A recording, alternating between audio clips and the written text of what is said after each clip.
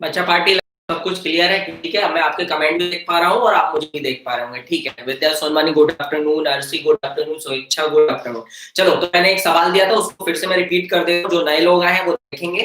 ठीक है, बाकी जब तक लोग जोड़ेंगे, तो मैंने क्या बोला था, position x of a particle moving along a straight line related with the time as given by this equation, x is equal to 2 plus t। t यहाँ पे टाइम है और x क्या है, उसकी पोजीशन है। This is a particle moving straight line along x axis. आप देख सकते हैं टाइम के साथ साथ उसका x कोऑर्डिनेट चेंज हो रहा है, that means that particle is moving along the x axis. सवाल ये है कि find the acceleration of the particle as a function of x। कोई मुझे कमेंट करके इसका आंसर दे सकता है? जल्दी से आ जाइए, लोग आ जाइए। यहाँ पे आप लिख लीजिए कि हमें एक फंक्शन दिया है, x as a function of t दिया है, x उसकी पोजीशन है, t उसका टाइम है। ठीक है, अच्छा आपने कर भी लिया। क्या दिया है, a equal to minus 1/4 x की पावर 3। ओके बेटा, -3। ओके बेटा, ठीक है, मतलब ऐसा भी लिख सकते हैं -1/4 x क्यूब। सही है, सही है, वेरी गुड वेरी गुड। बाकी लोग अब कर लोगे इसको, कोई बड़ी दिक्कत नहीं होनी चाहिए, है ना। क्या करोगे, हमें पता है पहले हम क्या निकालेंगे, हमें x दिया है as a function of t, तो पहले हम v निकालेंगे। v क्या होगा, dx/dt। मैंने आपको बताया था अगर t का वैल्यू आपको नहीं दिया डायरेक्ट, तो पहले आप वो सॉरी x का वैल्यू अगर नहीं दिया तो पहले आप निकाल लेंगे। तो क्या करेंगे, इसको ऐसा लिख लेंगे। इसको हम डायरेक्ट डिफरेंशिएट करके भी कर सकते थे, लेकिन डायरेक्ट डिफरेंशिएशन वाला भी मैंने मेथड नहीं बताया, तो अभी 2 मिनट रुको, उसको अपन थोड़ी देर बाद देखेंगे ना। तो क्या आ जाएगा, इसको एक बार इसको डिफरेंशिएट करते मैंने सिखा दिया। इसको u मान लेना, तो u की पावर 1/2 हो जाएगा। तो क्या हो जाएगा, u की पावर 1/2 मतलब रूट u का क्या हो जाएगा, 1/2 रूट u, मतलब ये आ जाएगा 2 प्लस t। और फिर इसका अलग से करेंगे तो 1 आएगा, तो 1 का मल्टीप्लाई कर देंगे, तो v आ गया हमारा 1/2 रूट 2 प्लस t। ठीक है, इसमें कोई दिक्कत नहीं होना चाहिए, v आ गया। अब हमें क्या चाहिए, हमें a चाहिए। a चाहिए तो फिर से हम इसको डिफरेंशिएट करेंगे, तो क्या हो जाएगा ये, फिर से हम इसको डिफरेंशिएट करेंगे विद रिस्पेक्ट टू t, है ना। समझ रहे हो ना बात को। तो 1/2 तो बाहर आ जाएगा और अंदर क्या हो जाएगा, 2 प्लस t की पावर -1/2।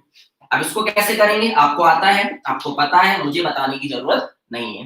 क्या करेंगे, -1/2 इनटू, इसको u मान लिया, u की पावर -1/2 है ना, 2 प्लस t n-1, n कितना है, -1/2, तो -1/2 -1 इनटू इसका u का मल्टीप्लाई, u का डिफरेंशिएशन करेंगे t के रिस्पेक्ट में और मल्टीप्लाई कर देंगे। तो उसका जब डिफरेंशिएशन t के रिस्पेक्ट में करोगे तो इसका तो 0 हो जाएगा, t के रिस्पेक्ट में 1 हो जाएगा, तो 1 हो जाएगा, 1 का मल्टीप्लाई कर देंगे, उसको कोई मतलब नहीं है।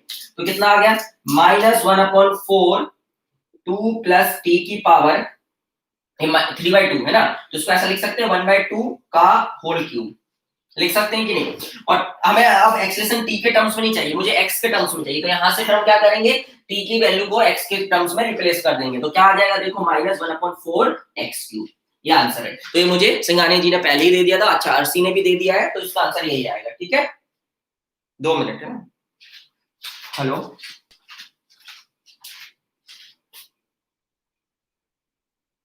हाँ ठीक है, मैं मौली सर आपको करता हूँ कॉल। चलो, हो गया क्लियर, ठीक है। अच्छा सा बंदा ठीक लगता है, ऐसा बनना चाहिए। अच्छा, इसका एक और तरीका है कि इस इक्वेशन को आप डायरेक्ट t के रिस्पेक्ट में डिफरेंशिएट कर सकते हो। तो ऐसा कब करना है, मैं अभी थोड़ी देर में बताऊंगा। देखो, यहाँ पे हम x की वैल्यू इजीली फाइंड आउट कर पा रहे हैं। जब हम x की वैल्यू इजीली फाइंड आउट कर पाएंगे ना, तो फिर हमें कोई भी तीन तूफानी करने की जरूरत नहीं है। हाँ अली, कोई बात नहीं, सवाल ही क्या है, हमने और कुछ नहीं है। तो हमें तीन तूफानी करने की जरूरत नहीं है। कब नहीं है, जब हम x की वैल्यू आराम से निकाल पा रहे हो। लेकिन कुछ सवाल ऐसे आते हैं जहां पे आप x की वैल्यू फाइंड आउट नहीं कर सकते। मैं फॉर एग्जांपल अपने मॉड्यूल में 2-3 सवाल है जहां पे हम x की वैल्यू फाइंड आउट नहीं कर सकते। आपको क्या बोलूं, यहाँ पे हम x की वैल्यू इजीली फाइंड आउट कर पा रहे हैं ना, कोई दिक्कत ही नहीं है। हमने कोई तीन तूफानी नहीं किया, जो सिंपल तरीका होता है बिल्कुल वैसे कर लिया। लेकिन कभी-कभी x की वैल्यू फाइंड आउट करना मतलब हमारे लिए बहुत टेढ़ी होता है, या मतलब बहुत डिफिकल्ट होता है। जैसे फॉर एग्जांपल हम बात करें इसकी, जैसे ये ऐसा लिखा होता, ध्यान देना मेरी बातों को। अब मैं यहाँ से बोलूं कि यहाँ पे आपको एक्सप्रेशन फाइंड आउट करना है, यहाँ पे x उसकी पोजीशन है, t टाइम है। मेरी बात को ध्यान से सुने, अगर ऐसा फंक्शन दिया है, अब यहाँ पे आप देखें तो x के टर्म्स में क्वाड्रेटिक इक्वेशन है, मतलब x की वैल्यू यहाँ पे 2 आएंगी। समझ रहे हो ना, कैसे निकालते हैं, -b plus minus root over b square minus 4ac/2a। याद आ रहा है कुछ नहीं। तो यहाँ से x की वैल्यू निकालना बहुत टफ हो जाएगा, और x की वैल्यू निकालने के बाद जब हम उसको डिफरेंशिएट करेंगे 2 बार एक्सप्रेशन निकालने के लिए, तो और चीजें टफ हो जाएंगी। तो जब इस टाइप का हो जहां पे हम x की वैल्यू डायरेक्ट ना निकाल पाए, तो हम क्या करेंगे उस समय, वो मैं आपको अलग से बताऊंगा। लेकिन जिन सवालों में हम x की वैल्यू इजीली फाइंड आउट कर सकते हैं, जैसे ये वाला सवाल था, इसमें देखो x की वैल्यू हमने बहुत आसानी से फाइंड आउट कर ली, तो फिर हमें कोई भी तीन तूफानी नहीं करना है। a equal to v equal to dx by dt होता है और a equal to dv by dt होता है। कोई तीन तूफानी नहीं करना है जब हम x की वैल्यू फाइंड आउट कर पाए। मेरी बात को समझो, मैं क्या बोलने की कोशिश कर रहा हूं। लेकिन अगर यहाँ पे अगर आप देखो तो यहाँ पे आप x की वैल्यू डायरेक्ट फाइंड आउट नहीं कर सकते, मतलब फाइंड आउट कर सकते हो, बोलोगे क्यों नहीं कर सकते, क्वाड्रेटिक इक्वेशन को सॉल्व करते आता है, हम फाइंड आउट कर सकते हैं। लेकिन यहाँ पे जब आप x की value in terms of t निकालो तो बहुत टफ आएगी, फिर उसका दो बार डिफरेंशिएशन करना और भी टफ हो जाएगा। तो आप मुझसे पूछ सकते हो सर जब इस टाइप का सवाल आएगा तो हम कैसे डील करेंगे। जब इस टाइप का सवाल आए तो कैसे डील करना है, जहां पे हम x की वैल्यू नहीं, x की value in terms of t नहीं निकाल पा रहे हैं, हम नहीं फाइंड आउट कर पा रहे हैं x as a function of t, अगर हम इजीली फाइंड आउट नहीं कर पा रहे तो इस टाइप के सवाल को कैसे करेंगे। तो इस टाइप को सवाल के करने की अलग मेथड होता है, होना डिफरेंशिएशन ही है, यहाँ भी दो बार आपको डिफरेंशिएशन ही करना है, लेकिन मेथड थोड़ा सा अलग होता है, वहां पे हम ऐसे नहीं करते हैं। हम क्या करते हैं वो अपन बात की। अच्छा मैं इसको करवा ही दे रहा हूँ, ठीक है। तो मॉड्यूल का सवाल देखेंगे अपन, ये मॉड्यूल में आपके दिया हुआ है, आप देख लो कौन सा सवाल है आपके मॉड्यूल में। टाइम और एक्स बीच में एक रिलेशन दिया, लिख लो उसको, अब कर ही लेते हैं यार, यहाँ किया है तो करा ही दूंगा, है ना। देखो अब इतना समझा दिया है तो उसको करा ही देता हूँ, फिर आगे बढ़ते हैं अपन। आज एप्लीकेशंस ऑफ डिफरेंशिएशन देखेंगे और आज डिफरेंशिएशन को खत्म करेंगे चाहे जितना टाइम लगे। आज डिफरेंशिएशन को खत्म करने के बाद ही क्लास खत्म होगी, ये ध्यान रखिए, चाहे जितना भी मुझे टाइम लगे, चाहे 8 घंटे लगे, चाहे 50 घंटे लगे, चाहे 1 घंटा लगे, ठीक है। तो मान लो x और t में ऐसा रिलेशन दिया alpha square plus beta x। अब हमें यहाँ पे एक्सलेशन फाइंड आउट करना है। अब अगर मुझे एक्सलेशन फाइंड आउट करना है तो एक्सलेशन क्या होता है, dv बाई dt होता है, और v क्या होता है, dx बाई dt होता है, तो डबल डिफरेंशिएशन करना है। अब तुम यहाँ पे देखो तो यहाँ पे आप x की वैल्यू इजीली कैलकुलेट नहीं कर सकते। इसके पहले वाले सवाल में हमने कुछ नहीं किया था, x इक्वल टू हमें पता था x स्क्वायर दिया था। तो जब ऐसा हो, ध्यान से सुनो, जब ऐसा कब करना है, जब अपन x की वैल्यू कैलकुलेट सही से नहीं कर पा रहे हो या x की वैल्यू को कैलकुलेट करने में हमें थोड़ी बहुत दिक्कत हो रही हो। अगर x की वैल्यू हम कैलकुलेट कर पा रहे हैं तो हमें कोई टेंशन ही नहीं है। यहाँ पे हम x की वैल्यू कैलकुलेट नहीं कर पा रहे, सुन रहे हो। अच्छा बोलोगे कैसे करोगे, अगर करना होगा, कोई बोले नहीं हमें तो x की वैल्यू कैलकुलेट करके करना है तो कर लो, मुझे कोई दिक्कत नहीं। देखो आप ऐसे कर सकते हैं, ये क्वाड्रेटिक इक्वेशन है, ध्यान देंगे, मेरी बातों को ध्यान से सुनेंगे भैया, अच्छे से सुनेंगे। तो यहाँ पे x जो आएगा वो क्या आएगा, माइनस बी मतलब minus beta plus minus B square मतलब बीटा स्क्वायर माइनस 4ac मतलब 4 अल्फा टी, यही आएगा माइनस 4ac। 4a कितना है, अल्फा है, और c कितना है, माइनस टी है, तो ये प्लस हो जाएगा, ठीक है, समझ में आ रहा है, अपॉन 2a। 2a मतलब 2 अल्फा। अब देखो इसको डिफरेंशिएट करना है आपको दो बार, आपके प्राण पखेरु उड़ जाने हैं। ऐसा नहीं है कि आप इसको डिफरेंशिएट नहीं कर सकते हो, यू कैन डिफरेंशिएट, कोई अच्छा बच्चा होगा तो कर लेगा, दो बार क्या तो 5 बार भी कर लेगा। लेकिन मैं चाहता हूं कि आप इस मेथड से इसको ना बनाएं। आप कैसे करोगे, अब dx by dt एक बार डिफरेंशिएट करोगे, फिर एक बार और करोगे तो ये निकल जाएगा, मुझे कोई दिक्कत नहीं, आप ऐसे भी कर सकते हो। और मैं तो चाहता हूं कि जब ऑफलाइन क्लास लगती है तो मैं इस मेथड से कराता हूं, मैं पहले इसी मेथड से कराता हूं, फिर मैं दूसरे मेथड से कराता हूं, फिर बच्चा देखता है कि अरे वाह ये वाला मेथड बहुत आसान है, ये वाला बहुत टफ जा रहा है, इसमें डिफरेंशिएशन बहुत टफ जा रहा है, और इस वाले मेथड में डिफरेंशिएशन टफ नहीं जा रहा है। तो बच्चा बोलता है कि सर क्यों ना हम इस मेथड से करें।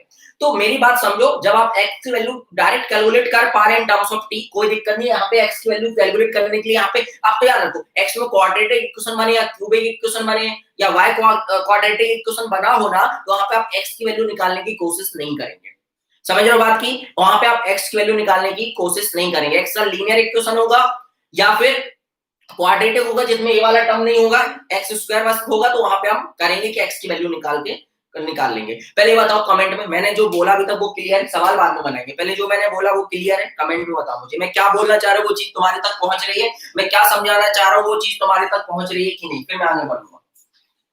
कब क्या करना है इतना क्लियर हो रहा है, मैंने क्या समझाया इतनी देर में कि x की वैल्यू कब निकालना है। हाँ सो इच्छा ने बोला यस, हाँ तो इतनी चीज आप समझो कि मैं क्या बताना चाह रहा हूँ।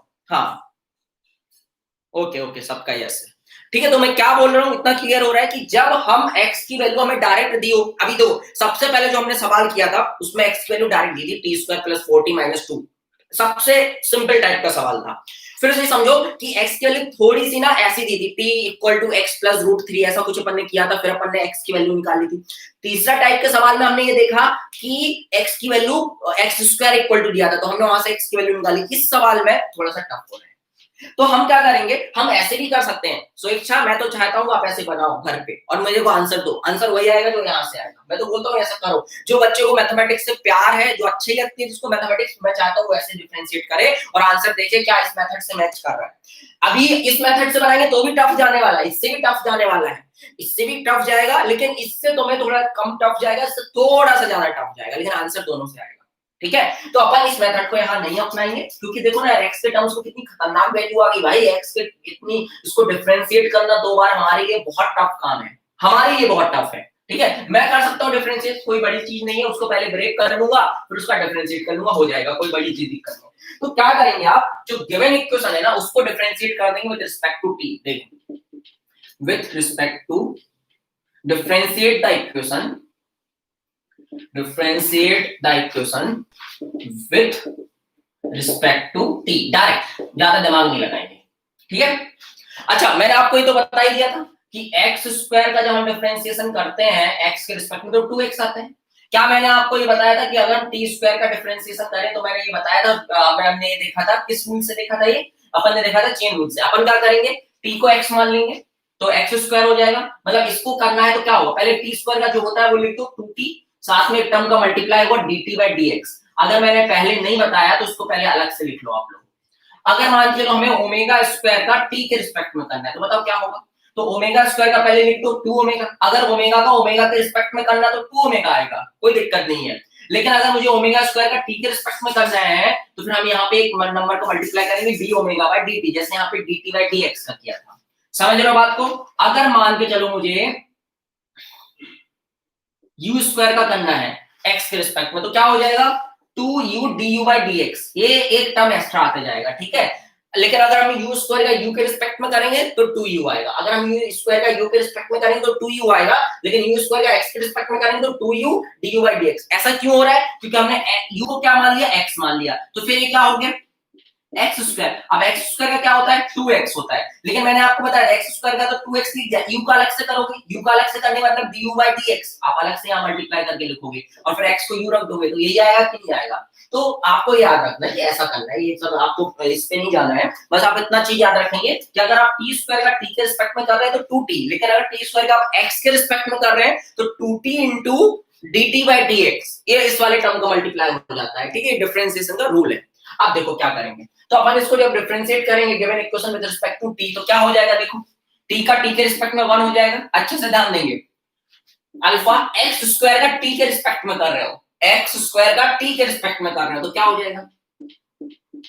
जाएगा कि नहीं, x स्क्वायर का t के रिस्पेक्ट में, इसी वाले कॉन्सेप्ट से x स्क्वायर का t के रिस्पेक्ट में, तो x स्क्वायर का 2x और साथ में क्या लिख देंगे dx by dt, फिर प्लस बीटा कांस्टेंट बाहर x का t के रिस्पेक्ट में, तो ये क्या हो जाएगा dx by dt। तो यहां से अल्फा 2x, ये क्या है dx by dt, क्या हो जाएगा v plus beta into v। अच्छे समझे, थोड़ा सा टफ जाने वाला है, तो 2 alpha x v plus beta v। ठीक है, हम चाहे तो इसको इक्वेशन नंबर 1 ले सकते हैं। अब क्या करेंगे, v निकल गया, लेकिन मुझे तो चाहिए एक्सलेशन। अगर मुझे एक्सलेशन चाहिए, मुझे तो एक्सप्रेशन चाहिए, तो v आया तो एक बार और डिफरेंशिएट करेंगे, फिर से इसको विद रिस्पेक्ट टू t कर देंगे, फिर से यही लाइन लिखेंगे, फिर से विद रिस्पेक्ट टू t करेंगे, तो ये 1 का क्या हो जाएगा 0, 1 का क्या हो जाएगा 0, 2 अल्फा क्या है constant, dy by dt of, अच्छे से करेंगे, इसमें कोई गलती नहीं होनी चाहिए, x into v। ध्यान देना x भी t का फंक्शन है, v भी t का फंक्शन है, तो हमें प्रोडक्ट रूल लगेगा, plus beta into dv by dt। समझ में आई बात को, प्लस बीटा और v का करेंगे t के रिस्पेक्ट में, तो dv by dt। ये dv by dt तो ये तो फाइंड आउट करना है, आप ध्यान देंगे, तो 0 2 अल्फा। ऐसा आता नहीं है सवाल, क्योंकि एग्जाम बहुत आसान होने लग गया, लेकिन AIEEE में आ चुका है और AIEEE में 2 बार आ चुका है, तो नीट में इसके आने के चांसेस बढ़ जाते हैं, क्योंकि जो भी सवाल AIEEE में या मेंस में JEE मेंस में आ चुका है, उसके नीट में आने के चांसेस ज्यादा होते हैं।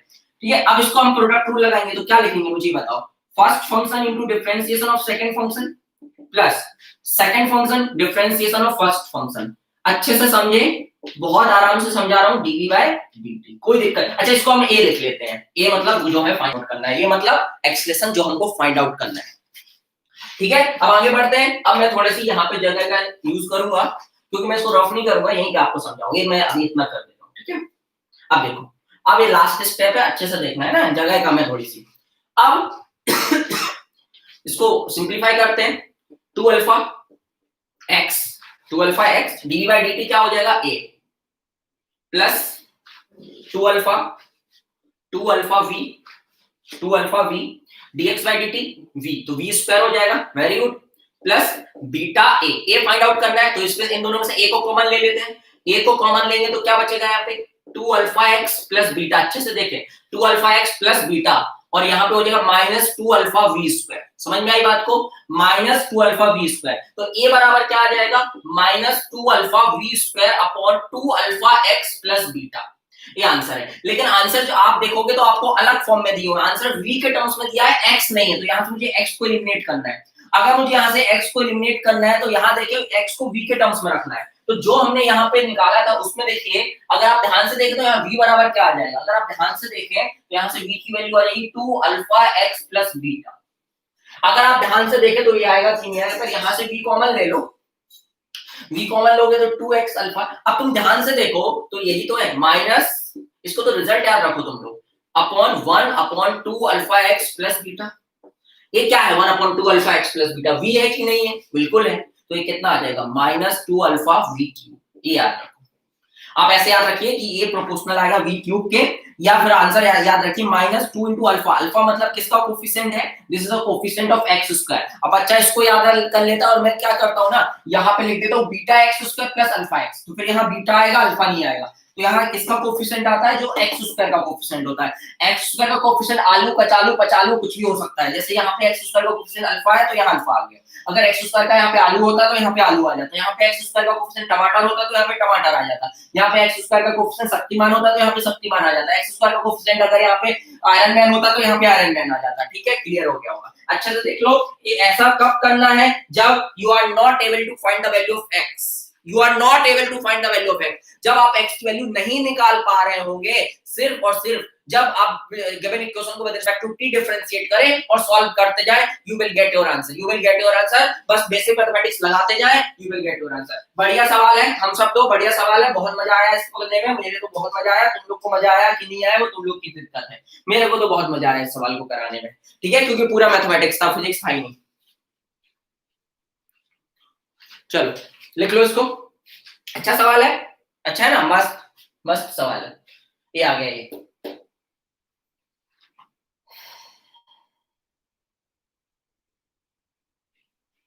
मॉड्यूल में कहीं ना कहीं तुमको मिल जाएगा।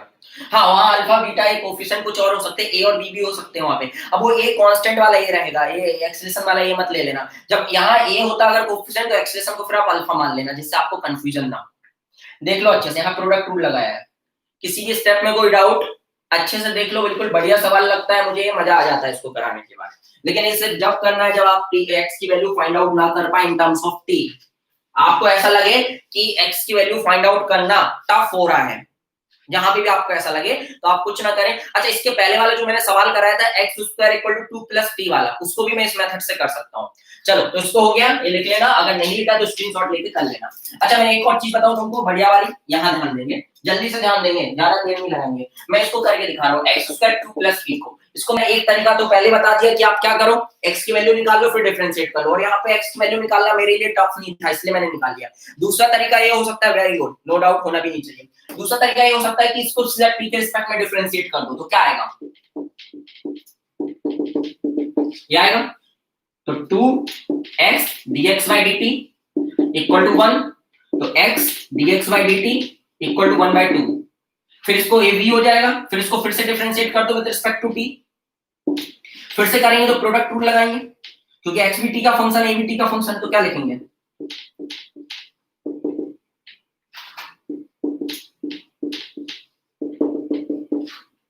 इसका तो 1/2 का 0 हो जाएगा। तो x into a plus v square equal to 0। तो x into a equal to कितना आ जाएगा? Minus v square. तो ए कितना आ जाएगा? Minus v square upon x. ये इसका आंसर हो जाएगा। लेकिन मुझे किसके टर्म्स में चाहिए था? x के टर्म्स में। याद रखा करो, आपको किसके टर्म्स में चाहिए? x के टर्म्स में चाहिए तो वी स्क्वायर को यहाँ से v को हटाना पड़ेगा। तो v को कहां से हटाएंगे? यहाँ से। तो यहाँ से v बराबर कितना आ जाएगा? 1/2x। यहाँ पुट कर देंगे तो माइनस 1/x, और v की जगह क्या लिख देंगे? 1/2x का whole square minus 1/4x cube.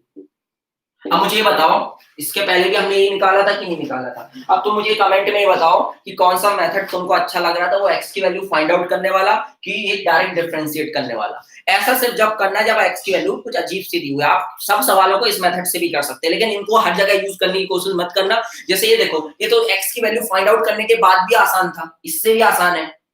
तो वो एक्स की वैल्यू फाइंड आउट करने के बाद ही करेंगे ना, इसको इस मेथड से नहीं अपनाएंगे जो लास्ट में सवाल किया था। क्लियर हो रहा है मैं क्या बोलूं? अच्छा तुम ये बताओ, ये जो ये वाला सवाल है, ये फर्स्ट मेथड से अच्छा लगा तुमको कि सेकंड मेथड से? आंसर दोनों से सेम आया। जल्दी से बताओ, फर्स्ट मेथड और सेकंड मेथड कौन सा सही लगता है तुमको?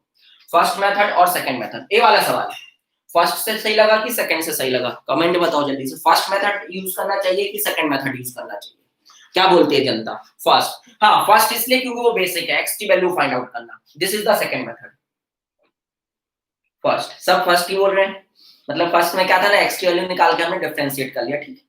मुझे कोई दिक्कत नहीं, तुमको जो सही लगे करो। मैं तो क्या बोला था, हर मेथड हर सवाल के लिए देखो, हाँ फर्स्ट बोल रहे हैं सब लोग। देखो क्या होता है ना, जैसे मैं बोलता कि जो अभी मैंने सवाल करा उसको इस मेथड से बना, उसको इस मेथड से बना, बच्चा बोलता है सर इसको भी तो ऐसे ही कर सकते हैं। हाँ कर सकते हो।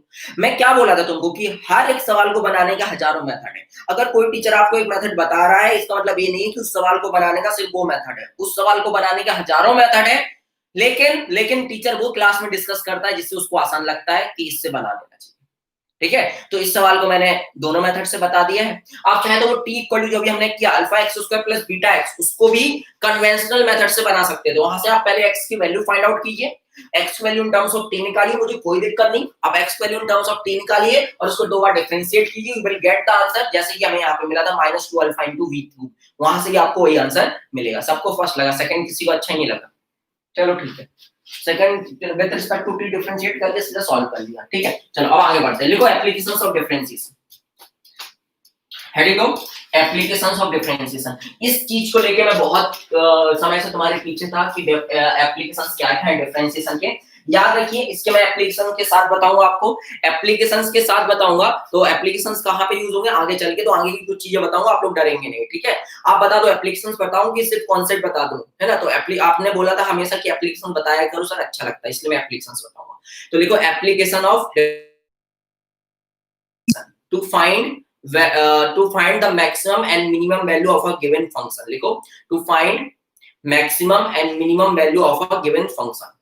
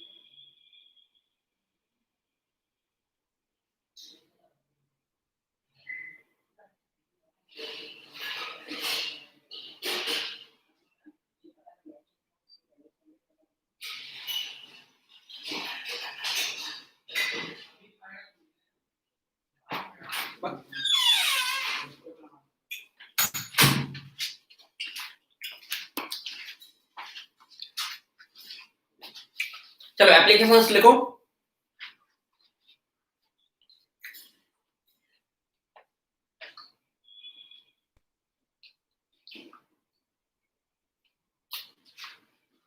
देखो ये बताओ मुझे,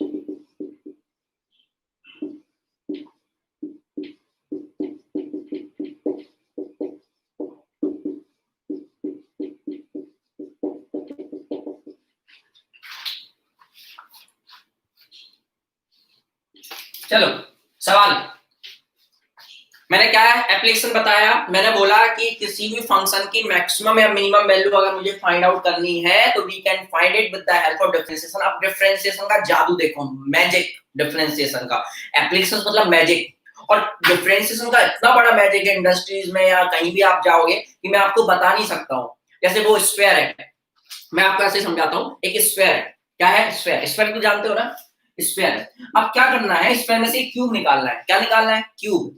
क्यूब कैसे निकलेगा, ऐसे निकलेगा, जैसे भी निकलेगा ऐसे निकलेगा क्यूब। अब आप मुझे ये बताओ कि इसमें से क्यूब को आप कैसे निकालो कि इसका मैक्सिमम वॉल्यूम यूटिलाइज हो जाए। मुझे ये बताओ आप पहले, जब ये स्फीयर है, मेरी कमेंट में जल्दी जल्दी बताना, जो मैं पूछूंगा बिल्कुल कॉमन सेंस की बात है। स्फीयर है, स्फीयर में से क्यूब निकालोगे तो क्या पूरा मटेरियल यूज हो पाएगा, नहीं, कुछ ना कुछ मटेरियल वेस्ट होने वाला है। अब इंडस्ट्री क्या चाहती है कि वेस्ट मटेरियल ज्यादा हो कि कम, इंडस्ट्री क्या चाहती है कि ज्यादा वेस्ट मटेरियल निकले और काम की चीज कम हो, कि काम की चीज ज्यादा हो वेस्ट मटेरियल कम हो, क्या चाहती है कोई भी इंडस्ट्री, आप मुझे कमेंट में बताओ जल्दी से, क्या चाहती है कोई भी इंडस्ट्री।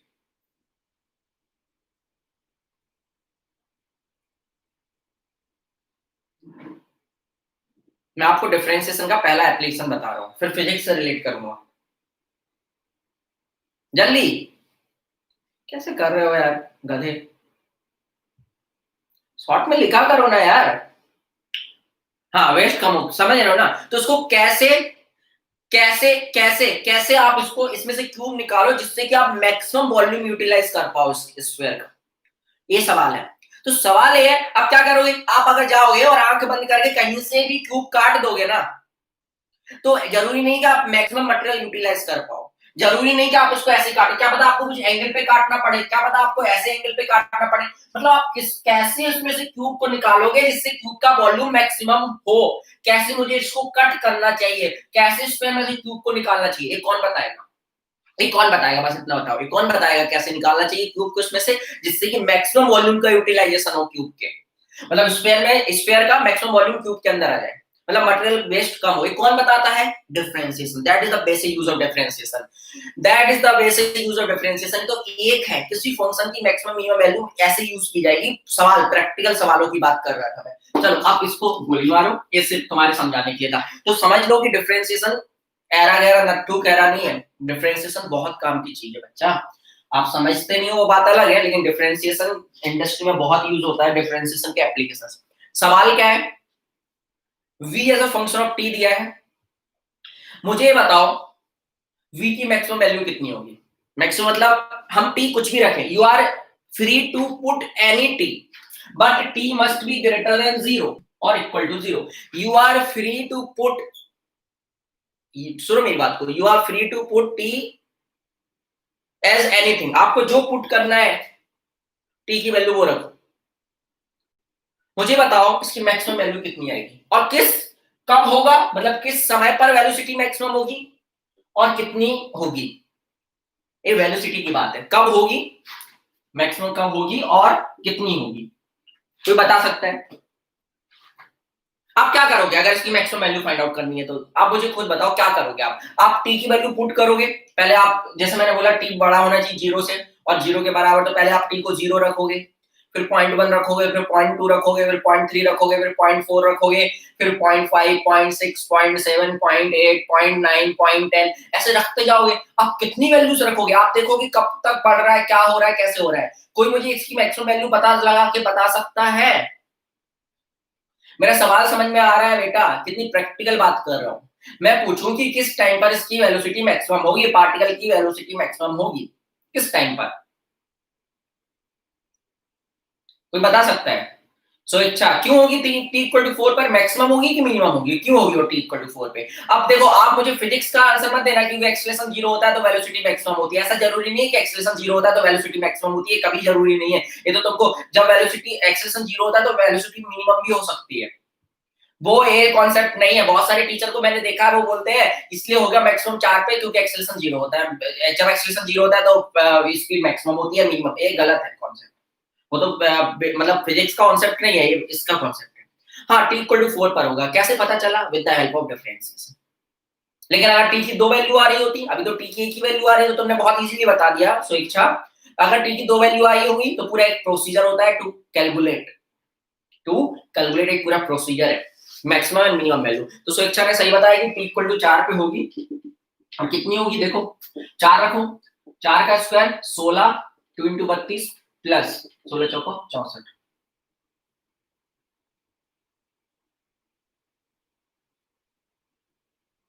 तो 32 माइनस 64,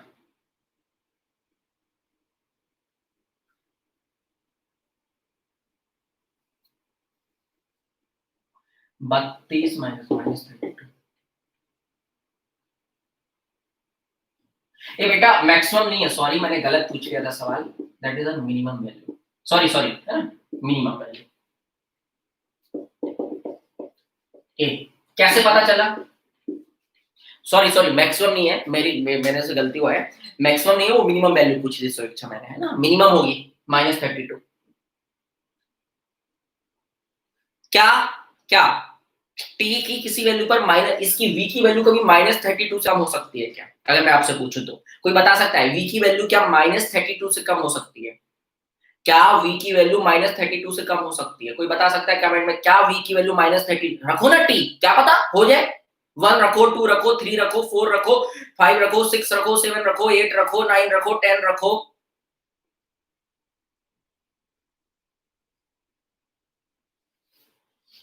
सोचने वाला नहीं, नहीं हो सकती, यही हमको बताता है। तो आप जो डिफरेंशिएशन ने आपकी चीजों को कितना आसान कर दिया, आप इस फंक्शन की मिनिमम वैल्यू फाइंड आउट कर पा रहे हैं। अब बोलोगे सर ये आपने कैसे फाइंड आउट किया, वो बात की बातें हैं, वो तो मैं सिखा दूंगा, पहले आपको प्रैक्टिकल एप्लीकेशन समझ में आया।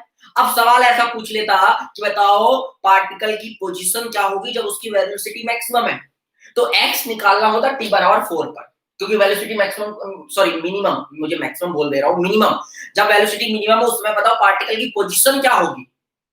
समझो मेरे सवाल को, पार्टिकल की पोजीशन क्या होगी जब वेलोसिटी मिनिमम होगी। सबसे first you have to calculate ना कि भैया मिनिमम वेलोसिटी कब होगी, किस टाइम पर होगी, उस टाइम पर x निकालना है, उस टाइम पर x निकालना है। अब बोलोगे x का तो फंक्शन नहीं दिया है, तो x का फंक्शन निकालने के लिए हम इसको इंटीग्रेट कर लेंगे, वो सब बातें बात की है। पहले ये बताओ एप्लीकेशन समझ में आ रहा है, कहां होगा, क्या लिखा है आपने समझ में आ रहा है, जो भाषा में आपने लिखा to calculate the minimum and maximum value of a function, क्या वहां पे आपको ये चीज समझ में आ रही है? अब आपके मन में आ रहा होगा sir how you have calculated the value of v minimum as -32 at t equal to 4, कैसे, आपने कैसे कैलकुलेट किया? तो ये मैं प्रोसीजर आपको बता दे रहा हूँ, कुछ स्टेप्स हैं वो मैं आपको बता दे रहा हूँ, ठीक है। तो पहला एप्लीकेशन समझ में आ गया, मैंने सीधा एग्जांपल लेके समझाया है। आपका जो मन करे ना टी को रख लो, -32 से कम नहीं आएगी वैल्यू, रख के देख लो। टी इक्वल टू 1 रखो, 1 रखोगे तो कितना आएगा, 2 -16 -14, -14 -32 से बड़ा है कि छोटा है, -14 बड़ा है कि छोटा है, -14 -32 से बड़ा ही, ऑब्वियस बात है, this is the minimum value बेटा, इससे कम v नहीं आ सकता if v is a function of t as given and given in this way. ठीक है, समझ में आ गई बात, बहुत बढ़िया, क्लियर है, बताओ पहले इतना क्लियर है, क्लियर होगा तो मैं आगे बढ़ूंगा, फिर मैं आपको इसका बताऊंगा कि निकालते कैसे। क्लियर है, क्लियर है, मिनिमम वैल्यू कैसे निकली, मतलब ये क्लियर है कि मैं क्या बताने की कोशिश कर रहा हूं, मतलब कैसे आपको सवाल कैसे आएगा। एक और सवाल दूं, हाँ ओके, एक और सवाल बताऊं, जैसे f बराबर, सुन लो पहले, 2 cos theta plus √3 sin theta, अगर ये है, f यहाँ पे किसका फंक्शन है, जल्दी बताओ, f यहाँ पे किसका फंक्शन है, थीटा का। थीटा अगर अलग अलग होगा तो f की वैल्यू भी अलग होगा। अब मैं आपसे पूछूं what the minimum value of f, f minimum कितना होगा और किस थीटा पर होगा, तो can you calculate, how will you calculate. So Ichha आप बता सकते हो क्या यहाँ पे f मिनिमम की वैल्यू क्या होगी और किस एंगल पर होगी, देखते हैं आपको पता है कि नहीं, बताओ यहाँ पे f मिनिमम क्या होगा। अब f मिनिमम निकालने के लिए आप क्या करोगे, आप बार बार थीटा को 0 डिग्री रखोगे, फिर 30 डिग्री रखोगे, फिर चेक करोगे क्या कि कब मिनिमम मिल रहा है, और क्या पता जीरो, आप कितनी वैल्यू रखोगे थीटा की, थीटा की वैल्यू तो अनंत है, 1 degree, 2 degree, 3 degree, 4 degree, 5 degree, 6 degree, 7 degree, 8 degree, 9 degree, क्या रखोगे, कब मिनिमम मिलेगा यार, कि थीटा की किस वैल्यू पर एफ की मिनिमम वैल्यू मिलेगी, कैसे आप पता लगाओगे, मैं आपसे पूछ रहा हूँ कैसे आप पता लगाओगे। आप ऐसा तो नहीं है कि थीटा को पुट करते रहोगे और देखोगे एफ अब कब मिला, अब एफ इससे छोटा नहीं मिलेगा, कैसे पता चलेगा कि एफ की वैल्यू इससे कम नहीं होगी। सो इच्छा आप आंसर दो मुझे इसका, एफ मिनिमम कितना आएगा, कितना न्यूटन आएगा और किस एंगल पे आएगा। मैं आपको बहुत अच्छी चीजें बता रहा हूँ बेटा। मेरे को ना मतलब मैं जब पढ़ता था ना तो मुझे ये सब कोई नहीं बताया यार कि ये यूज होता है साला एप्लीकेशन का। रट लेते थे कि ये डिफरेंशिएशन पढ़ना है।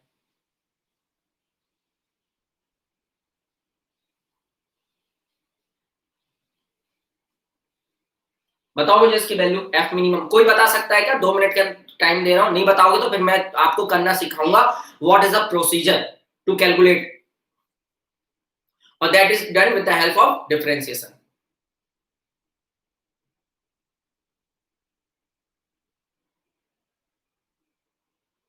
कोई नहीं बता पा रहा है किस थीटा पर होगी और कितनी होगी।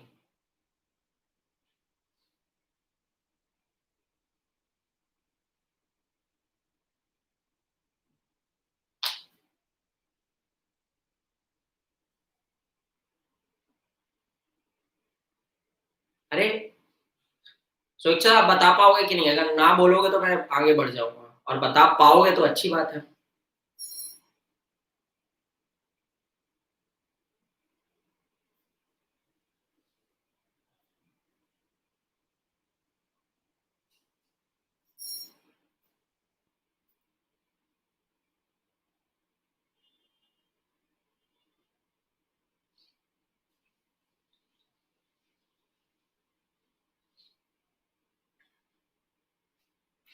सर टाइम लग रहा है। ओके छोड़ो फिर, नहीं लगाना है टाइम। 10 सेकंड में बनाओगे पढ़ने के बाद। अगर आपको डिफरेंशिएशन आता होगा ना 10 सेकंड में बनाओगे, और मैं तो आपको शॉर्टकट भी बता दूंगा, उससे वो 5 सेकंड में बन जाएगा। तो पहले आप ये समझो। देखो मुझे ये सब मेरा मोटिव अभी ये नहीं था ये सब सिखाना, मुझे ये बताना था एप्लीकेशंस समझ में आए। एप्लीकेशंस बेटा समझ में आए कि नहीं, कि पहला एप्लीकेशन क्या है। अब मजा आ रहा है डिफरेंशिएशन। अच्छा बताओ अब कैसा लगा डिफरेंशिएशन? अभी ठीक लग रहा है कि नहीं? मतलब ऐसा लग रहा है कि डिफरेंशिएशन ठीक पढ़ाया जाता है फिजिक्स में? हाँ जरूरत है डिफरेंशिएशन की। अभी तो मैंने एग्जांपल क्या लिया, ये न्यूटन्स लॉज ऑफ मोशन का लिया। ये कहाँ का लिया? मोशन स्ट्रेट लाइन का। मैं इलेक्ट्रोस्टैटिक्स का भी एग्जांपल लूंगा अभी।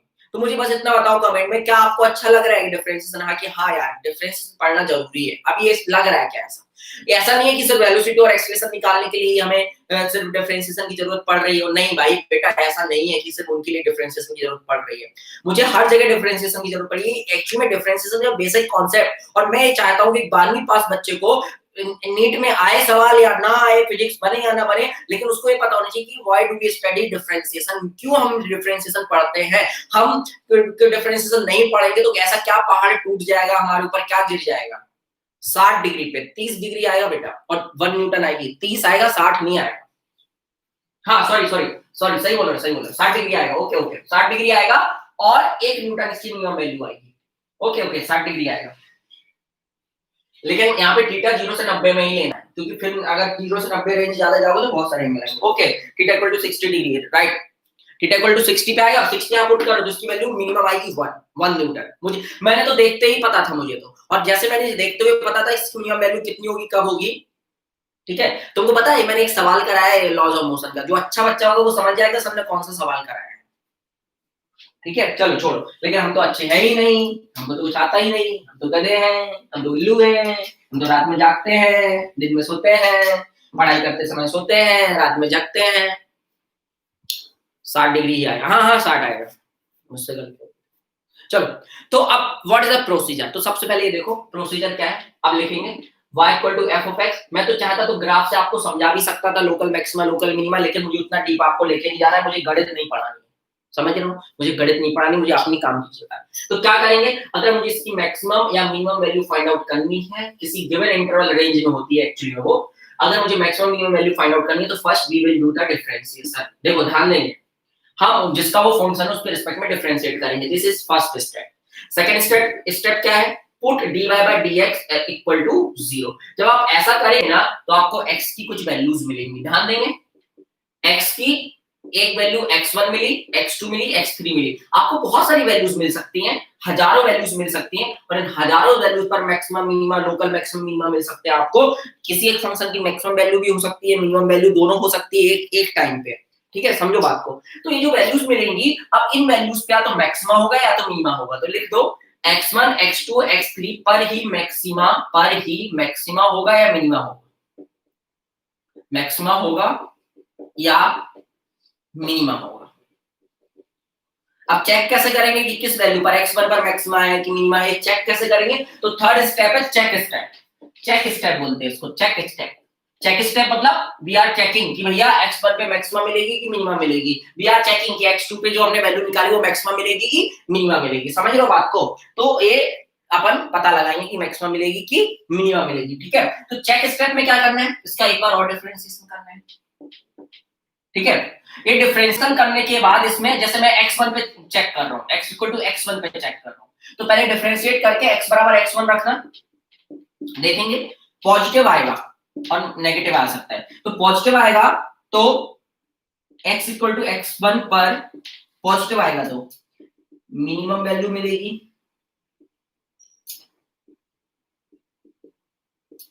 और अगर नेगेटिव आएगा तो x इक्वल टू x1 पर लिख लो, मैं सब समझा रहा हूं, मैक्सिमम वैल्यू किसकी, y की, है ना, फंक्शन की, y की लिख लो, इसकी y की, y जिसका फंक्शन है, लिख लो जल्दी से, बस हो गया। ये तरीका है, ये तरीका है। अब मैं आपको दोनों सवाल फिर से करवा रहा हूं। अरे बड़ा दिक्कत है दुनिया में, बेसिक मैथमेटिक्स पढ़ाओ तो पढ़ना नहीं है, फिर बोलते हैं कि हमें बेसिक मैथमेटिक्स नहीं पढ़ाया गया था इसलिए हमको फिजिक्स आता नहीं है, और पढ़ाओ तो पढ़ना नहीं है। ठीक है, अच्छी बात। 12 लोग हैं, 8 लोग देख रहे हैं, ये 4 लोग पता नहीं क्या करेंगे, या तो बहुत सर्वज्ञानी है 4 लोग, तो पता नहीं क्या करना है, क्या करे तुम्हारे, ना मैं जानू ना तुम। चलो ये लिख लिया, फिर मैं आगे बढ़ूंगा। अब देखो ऐसे फिर x इक्वल टू x2 पे चेक करेंगे, फिर x इक्वल टू x3 पे चेक करेंगे, लेकिन याद रखना आपको x की वैल्यू एक ही मिलेगी, तीन वैल्यू नहीं मिलेंगी, इसलिए आपको सिर्फ एक बार चेक स्टेप को लगाना होगा, 3 बार नहीं लगाना होगा। अब सुनो, मैंने जो सवाल कराया था पहले उसको करते हैं। मैंने आपको क्या बताया था, मैंने बताया था v इक्वल टू, मैंने क्या लिया था यार, 2t माइनस, ये लिया था क्या, नहीं 16t स्क्वायर माइनस 2t, ये लिया था ना, नहीं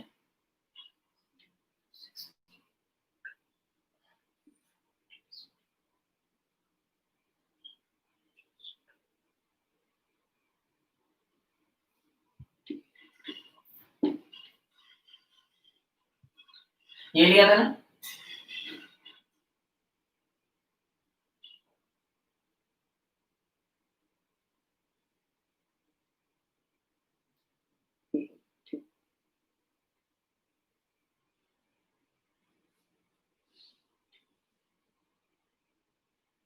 अरे कुछ भी ले लो यार, छोड़ो, मुझे याद नहीं आ रहा क्या लिया तो ये बताएगा।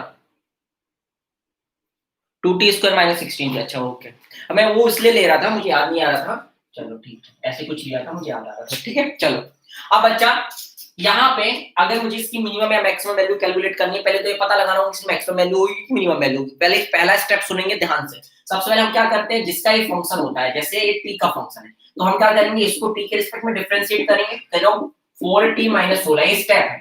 फिर दूसरा स्टेप क्या था, दिस इज स्टेप नंबर 1, कि इसको क्या करो, इक्वल टू 0 कर दो, ये 0 कर दिया तो t बराबर कितना आ गया, 4 सेकंड। अब ये जैसे मैंने बताया था x इक्वल टू x1, यहाँ पे t की वैल्यू आ रही है क्योंकि t का फंक्शन है, तो यहाँ पे सिर्फ एक वैल्यू मिली है हमको t1, ध्यान देना, यहाँ पे सिर्फ एक ही वैल्यू मिली, या तो मतलब ये है कि इसका या तो मैक्सिमा हुआ है तो मिनिमा होगा, एक ही होगा, दोनों नहीं होंगे। अगर 2 वैल्यू मिलती तो फिर चेक करना पड़ता, 3 वैल्यू मिलती तो फिर चेक करना पड़ता, 4 वैल्यू मिलती तो चेक करना पड़ता। अब चेक स्टेप क्या है, ये मैक्सिमा मिलेगा, देखो जो भी मैक्सिमा मिनिमा मिलेगा वो इस t इक्वल टू 4 पर ही मिलेगा, इतना पक्का है।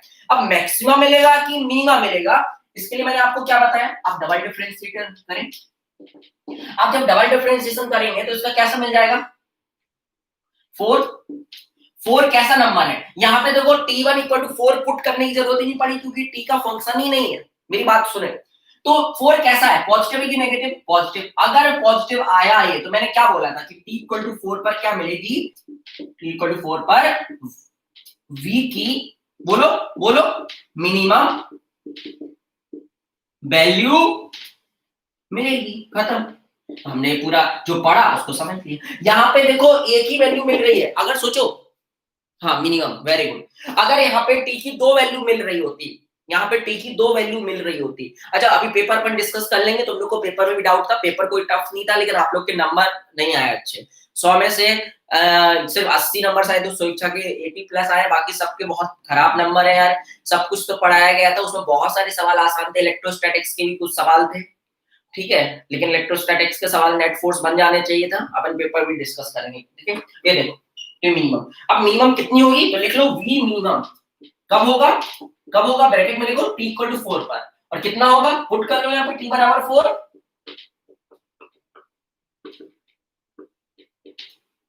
कितना आएगा -32। अब तो मैं आपको ये चैलेंज देता हूं कि t की पॉजिटिव वैल्यूज पर कभी भी इसकी वैल्यू -32 से कम नहीं आएगी। आप t कुछ भी रख लो, 50,000 भी रख लो, यहाँ पे t 50,000 10 करोड़ भी कर लो, आपको इस फंक्शन, ये फंक्शन बहुत आसान है। अगर मैं इसको क्यूबिक कर दूंगा, मेरी बात सुनना, जब मैं इसको क्यूबिक कर दूंगा तो फिर एक बार डिफरेंशिएट करने पर क्वाड्रेटिक आएगा, और क्वाड्रेटिक आएगा तो t की कितनी वैल्यू आएगी, 2। अब 2 पे, एक पे मैक्सिमम, एक पर मिनिमम मिल सकता है, दोनों पर लोकल मैक्सिमम मिल सकते हैं, दोनों पर लोकल मिनिमम मिल सकते हैं, तो वहां पे 2 मैक्सिमम वैल्यू भी आ सकती है। 2 मैक्सिमम वैल्यू का मतलब है उस इंटरवल में 2 बार मैक्सिमम को अटेन करेगा, लेकिन वो 2 वाला अपना नहीं आएगा, 2 वाला अपना नहीं आएगा। अगर एक मान चलो y क्वाड्रेटिक होता तो यहाँ क्यूबिक बनेगा, क्यूबिक बनेगा तो यहाँ पे t की 3 वैल्यू आएंगी। अब उन तीनों वैल्यू पर लोकल मैक्सिमम मिनिमम कैलकुलेट करने पड़ेंगे हमको, ठीक है। तो वो सब नहीं आता एग्जाम में, एग्जाम में इतना ही आएगा, ज्यादा क्वाड्रेटिक रहेगा, ठीक है। चलो मॉड्यूल निकालो, मॉड्यूल का एक सवाल करेंगे।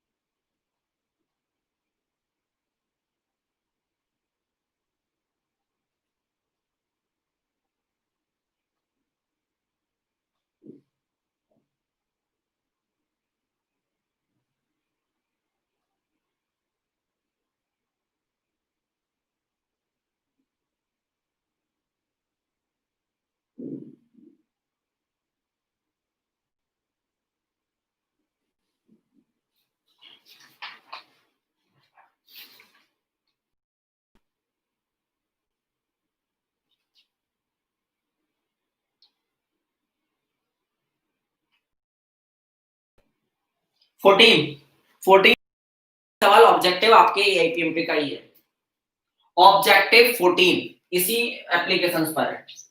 ऑब्जेक्टिव 14 जल्दी से करो, ऑब्जेक्टिव 14, ऑब्जेक्टिव 14,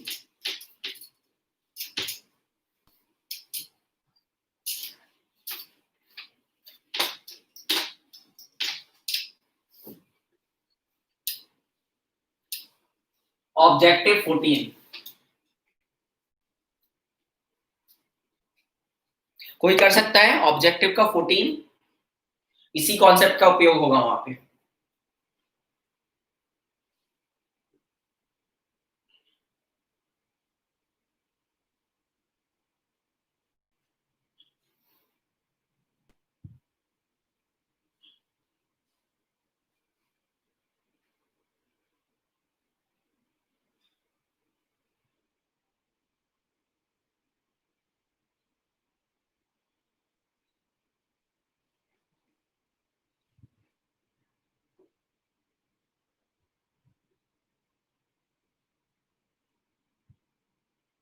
कोई बता सकता है,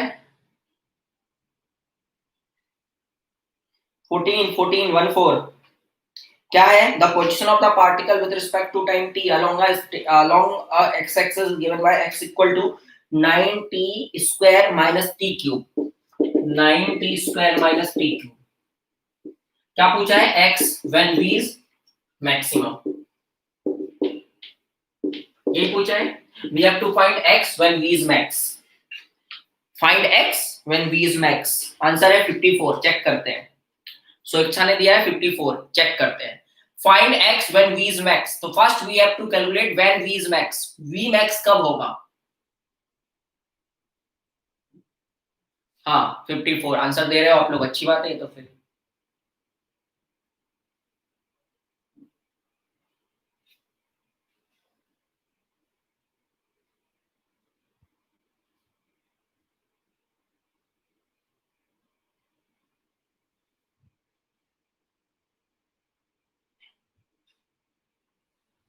पहले मेरे सवाल समझे, क्या पूछा?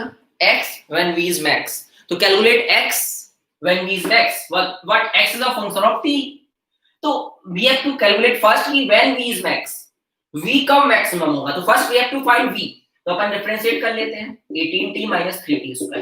अब ये कब मैक्सिमम होगा, अब हमारा फंक्शन ये है, इसकी मैक्सिमम वैल्यू कैलकुलेट नहीं करनी, इसकी मैक्सिमम वैल्यू कैलकुलेट करनी कि कब होगी, तो इसकी मैक्सिमम वैल्यू कैलकुलेट करने के लिए स्टेप क्या है, dv/dt को 0 करेंगे, इसको डिफरेंशिएट करेंगे तो कितना आएगा 18 - 6t, तो t बराबर कितना आएगा 3 सेकंड। अच्छा आपने कैसे ये बोल दिया कि t 3 पर ही v max होगा, क्या पता है t 3 पर मिनिमम आ जाए, मुझे बताओ कमेंट में कि आपने कैसे बोल दिया कि t बराबर 3 पर ही मैक्स होगा, क्या पता मिनिमम आ जाए। चेक किया आपने, चेक स्टेप किया, करके देखो तो क्या आया -6, देखो आप नेगेटिव आ रहा है ना, नेगेटिव आ रहा है ना, यहाँ पे अपन को वैल्यू पुट करने की जरूरत ही नहीं, वैल्यू पुट करने की जरूरत ही नहीं है क्योंकि हमारे पास सिर्फ नेगेटिव आ रहा है, मतलब इस t 3 पर क्या मिलेगी, इसकी मैक्सिमम वैल्यू। क्लियर हो रहा है, तो कब होगा v max, जब हमारा v कब होगा मैक्स, जब हमारा t 3 सेकेंड होगा।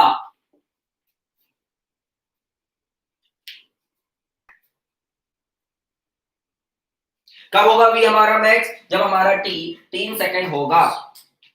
समझ में आ गया, तो बस निकाल लो फिर x, 3 रख लो, 3 स्क्वायर 81 माइनस 54 27, 54 नहीं 27, तो 54 आ गया आंसर 54। ये बताओ मजा आया कि नहीं, इस सवाल को बनाने में मजा आया कि नहीं आया, तो मुझे बताओ मजा आया कि नहीं आया। मजा मजा आना चाहिए भाई, हर सवाल को बनाने का एक मजा होता है अपना खुद का। मजा आया कि नहीं, कमेंट में लिखो मजा आया कि नहीं। एक और एप्लीकेशन सिखाऊंगा फिर, उस पर भी एक सवाल कराऊंगा।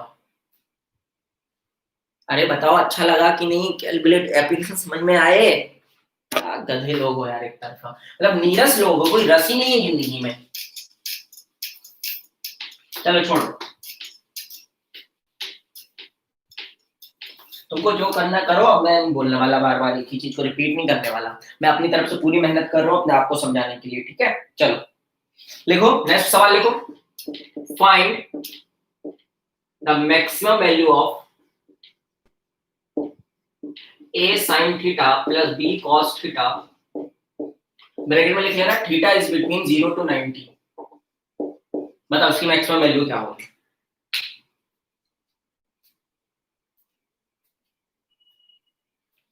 एक्चुअली मैंने जानबूझ के रेंज दी है क्योंकि इस रेंज में उसकी मैक्सिमम ही आएगी, मिनिमम इस रेंज में आएगी नहीं, मिनिमम जो आएगी इस रेंज से बाहर जाएगी।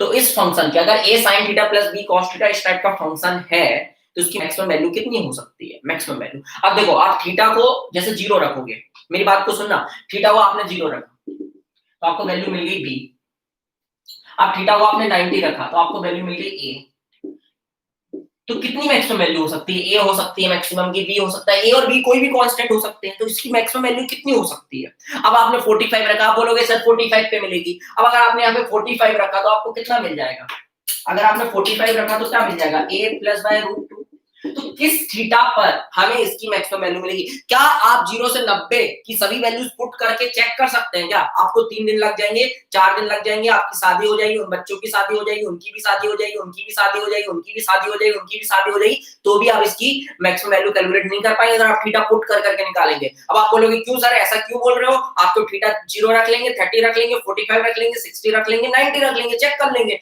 अरे भाई साहब जरूरी है कि इन्हीं एंगल्स पे इनकी वैल्यूज तुमको याद है वो बात अलग है, लेकिन जरूरी है कि इन्हीं वैल्यूज पे इनकी मैक्सिमम वैल्यू मिले, मिनिमम वैल्यू मिले, कोई और वैल्यू पे भी और कोई एंगल तो मिल सकती है। तो आप 1 डिग्री पे चेक करो, 2 डिग्री पे चेक करो, अब 1 से 90 तक करोगे तो बोलोगे ठीक है सर कर लेते हैं, 1 से 90 कितना टाइम लगेगा, तो मैं बोलूंगा 1.5 पे नहीं मिल सकती है क्या, तो फिर 1 से 1.5 रखो, फिर 2 रखो, 0.5 के इंटरवल में रखो, फिर मैं आपसे भी पूछ सकता हूँ 1.25 डिग्री पे नहीं मिल सकती है, तो फिर आप 0.25 के इंटरवल में रखोगे, फिर मैं आपसे भी पूछ सकता हूँ 1.1 डिग्री पे नहीं मिल सकती है क्या, तो आप 0.1 के इंटरवल में रखोगे, जिंदगी निकल जाएगी आपकी, आपकी आपके बच्चों की भी जिंदगी, उनकी भी जिंदगी, उनकी भी जिंदगी, तो भी आप अपने कन्वेंशनल मेथड से इसकी वो नहीं निकाल सकते मैक्सिमम वैल्यू।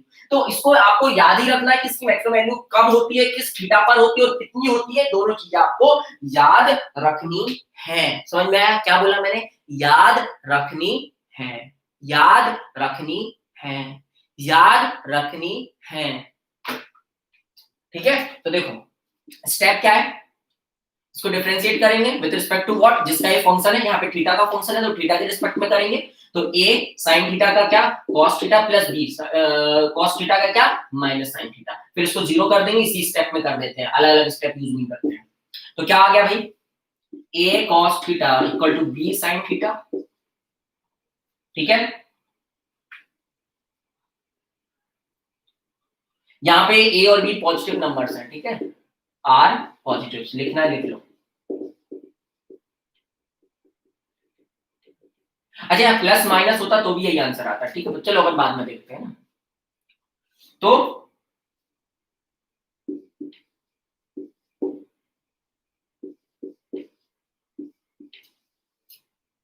किसी पर या तो मैक्सिमम मिलेगी या तो मिनिमम मिलेगी, तो इस वैल्यू को वापस उस पर पुट करेंगे, तो देखो a इंटू साइन थीटा क्या हो जाएगा, अगर tan theta a by b है तो थीटा की इस वैल्यू पर, थीटा की याद रखेंगे इस वैल्यू पर इसकी मैक्सिमम वैल्यू मिलेगी, याद रखेंगे थीटा की इस वैल्यू पर इसकी मैक्सिमम वैल्यू मिलेगी, और कितनी मिलेगी तो अपन कैलकुलेट करते हैं, साइन थीटा रखो तो टेन थीटा अगर ए बाई बी है तो साइन थीटा कितना आ जाएगा, बताओ जल्दी से, साइन थीटा कितना आ जाएगा, a upon root over A square plus B square आ जाएगा कि नहीं, बोलना सीखो, और cos थीटा कितना आ जाएगा, cos थीटा आ जाएगा v upon root over A square plus B square, mathematics चल रही है, लेकिन ये सब चीजें याद रखनी है, a upon root over A square plus B square और plus B square upon root over A square plus B square, ये आएगा, ये ए स्क्वायर हो जाएगा, एलसीएम एलसीएम लोगे ना तो root over A square plus B square आएगा, ये है अपनी y की मैक्सिमम वैल्यू, और कब होगी याद रखना इस एंगल पर,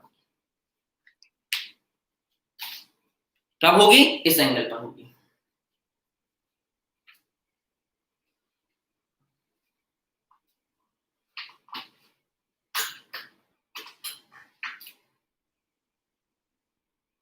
ये देखो जब ये पॉजिटिव आएगा, ध्यान देना जब ये पॉजिटिव आएगा तो इसकी मैक्सिमम वैल्यू मिलेगी, और जब कभी ऐसा भी हो सकता है कि ए नेगेटिव हो तो ये नेगेटिव हो जाएगा, तो अगर नेगेटिव तो उसकी मिनिमम वैल्यू हो जाएगी,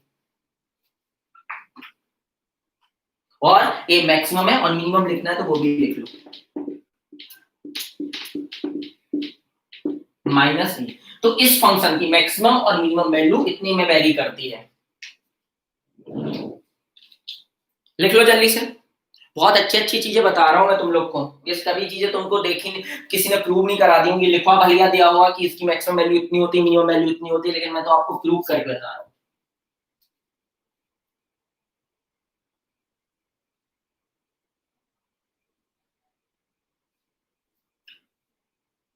देखिए फर्स्ट क्वाड्रेंट में कभी भी इसकी मिनिमम वैल्यू नहीं मिलेगी आपको, कौन से क्वाड्रेंट में मिनिमम मिलेगी अगर मैं आपसे पूछूं, आप खुद बताओ कौन से क्वाड्रेंट में आपको मिनिमम मिलेगी, आपको उस क्वाड्रेंट में मिनिमम मिलेगी जिसमें साइन और कॉस नेगेटिव होते हो और टेन भी नेगेटिव आएगा वहां पे, तो ऐड साइन तीनों तो नेगेटिव नहीं होते sorry, add sugar to coffee में तो आप चले जाओ किस क्वाड्रेंट में मिलेगा वहां से देख सकते हो, मुझे नहीं बताना, लेकिन इतनी मिलेगी मिनिमम, और वो भी इसी पर मिलेगी, अब ये नेगेटिव है पॉजिटिव है क्या है उस पर देख लेना आप लोग।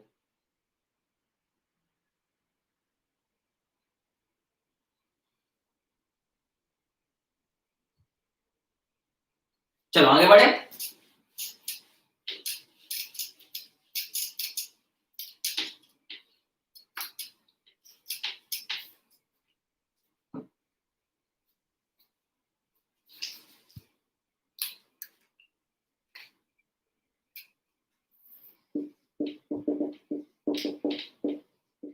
बताओ मैक्सिमम वैल्यू क्या होगी इसकी और कितने एंगल पर होगी, जल्दी से बताओ, find the maximum value of this function, find the maximum value of this function, find the maximum value of this function,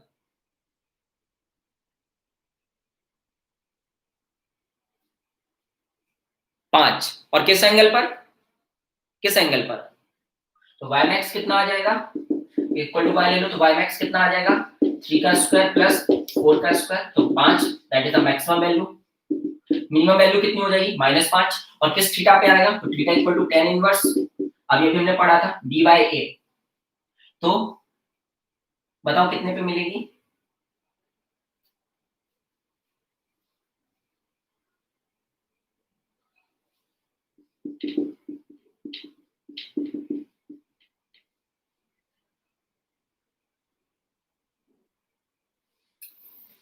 a upon b पे, याद आ रहा है ना, तो थीटा कितना आ जाएगा देखो tan इनवर्स 3/4 मतलब थीटा कितना आ जाएगा 37 डिग्री।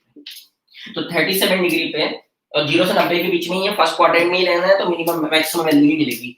ध्यान देंगे इस पे। हाँ स्वेच्छा ने आंसर सही दिया, 5 आएगा। ये हो गया, ये हो गया। अब जो मैंने अभी सवाल तुमसे बोला था, एक सवाल पूछा था ना कि maximum value of minimum value of F क्या होगी, मैंने ऐसा एक सवाल दिया था ना, याद करो। एफ इक्वल टू, तुमको याद है अभी मैंने एक सवाल दिया था, sine theta plus √3 cos theta.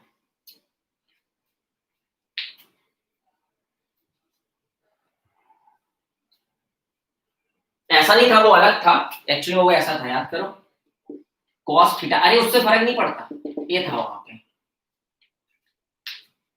यही था ना। तो बताओ एफ की मिनिमम वैल्यू कितनी मिलेगी? तो एफ की मिनिमम वैल्यू कब मिलेगी? जब जो नीचे है एफ थीटा पे डिपेंड कर रहा है, तो नीचे जब जो ये मिनिमम होगा, ये मैक्सिमम होगा, तो ये मिनिमम होगा। तो अगर ये मैक्सिमम होगा तो समझ जाओ एफ क्या होगा, मिनिमम होगा। मतलब हमें इसकी मैक्सिमम वैल्यू कैलकुलेट करनी, तो इसकी मैक्सिमम वैल्यू क्या आएगी? देखो इसको हम y ले लेते हैं ना, तो y मैक्स कितना हो जाएगा? 1 का स्क्वायर प्लस √3 का स्क्वायर। बेटा मैंने आपको बहुत कोशिश की है समझाने की, अब मुझे नहीं पता आपको कितना समझ में आया। तो y मैक्स आ जाएगा 2, कितने एंगल पे आ जाएगा? थीटा इक्वल टू 60 डिग्री पे आ जाएगा। tan इनवर्स √3/1 आ जाएगा, तो tan इनवर्स √3 कितने पे होता है? 60 पे। तो इसकी जो मिनिमम वैल्यू होगी वो कितनी होगी? 2/2 मतलब 1 न्यूटन। तो f की मिनिमम वैल्यू होगी 1 न्यूटन, कितने एंगल पे होगी? 60 डिग्री पे होगी। अब तुम देख लो, अब तुम देख लो इतना चीजें क्लियर हो रहा है कि नहीं? आरसी ने लिखा है value 5 at an angle of tan inverse 3/1। अच्छा तुम इसका बता दो, ओके बेटा। अब बेटा जिन लोगों ने मतलब ईमानदारी से मेरी बातों को सुना है, थोड़ा फील करने की कोशिश की, उनको ये क्लियर है कि नहीं? जिनने नहीं सुना है उनकी बात ही नहीं कर रहा हूं मैं, जिनने सुना है बेटा, अगर आपको किसी को डाउट है तो यू कैन आस्क, फिर हम आगे बढ़ जाएंगे।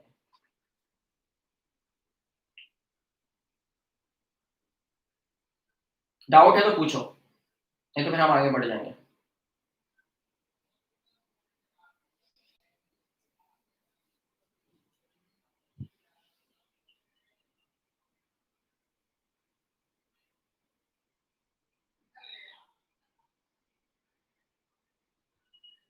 मैं तुमको बताऊं, जब हमारा थीटा थर्ड क्वाड्रेंट में जाएगा तो साइन और कॉस नेगेटिव हो जाएंगे, क्योंकि थर्ड क्वाड्रेंट में हमारा tan पॉजिटिव होता था।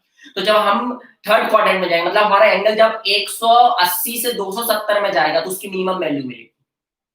याद रखना इस चीज को, कहां से कहां जाएंगे? 180 से 270, जब हमारा tan पॉजिटिव रहेगा थर्ड क्वाड्रेंट में। ठीक है, उस हिसाब से आप चल सकते हो, मुझे कोई दिक्कत नहीं है आपके साथ।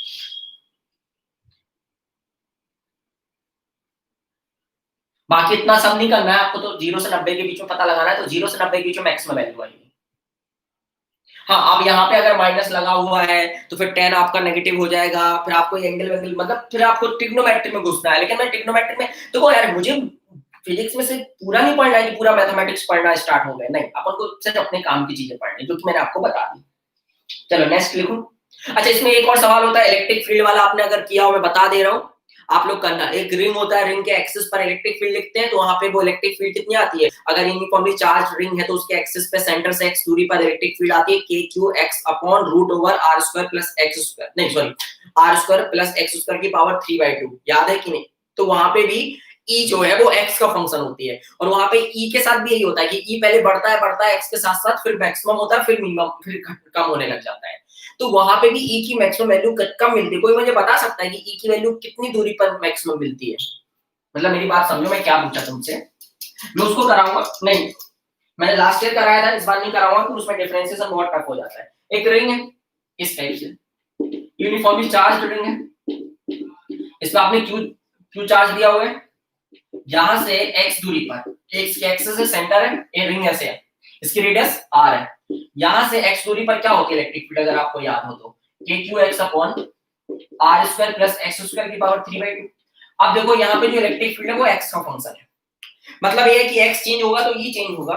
तो क्या होता है यहाँ पे बताया जाता है कि जैसे देखो, आप अगर x को 0 रखो तो आपकी इलेक्ट्रिक फील्ड 0 आएगी, फिर x को इनफिनिट रखो मतलब बहुत दूर चले जाओ तो भी 0 आएगी, यहाँ भी 0 है, इनफिनिट वाले पॉइंट पे भी 0 है। इसका मतलब क्या होगा कि पहले इलेक्ट्रिक फील्ड बड़ी होगी फिर कम हुई होगी, अगर कोई नंबर 0 से स्टार्ट होता है वापस 0 आता है, इसका मतलब ये है कि 0 से पहले बड़ा होगा, मैक्सिमम अटेन किया होगा, वापस से रिवर्स हुआ होगा।